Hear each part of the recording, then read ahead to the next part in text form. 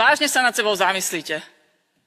Obzvlášť tie návrhy z dielne SNS, to je niečo neuveriteľné. Aj tento návrh, totálna absurdnosť. Nechcete, aby cudzinci pôsobili v obecnej polícii.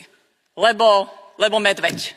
A kde máme ten problém? Kde? Jeden príklad mi ukážte, že to bol problém, že tu máme nedôveru práve preto, že niekto s iným štátnym občianstvom pôsobí v obecnej polícii. Absolútne bezdôvodný, totálne absurdný návrh, ktorý tu mrhá našim časom. A ešte ho aj sami popriete, keď tam dáte pozmeňujúci návrh, ktorým poviete, že tí cudzinci sú vlastne v poriadku. Tí, ktorí do konca roka sa zamestnajú, ešte aj teraz, nielen tí, ktorí sú tam doposiaľ, ale aj tí ďalší, takže je to v poriadku. Tu môže byť aj rozpor s právom Európskej únie.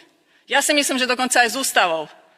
Lebo tu vytvárame systém, v ktorom 31.12.2026 cudzinec v obecnej polícii je v poriadku a ten istý cudzinec 1.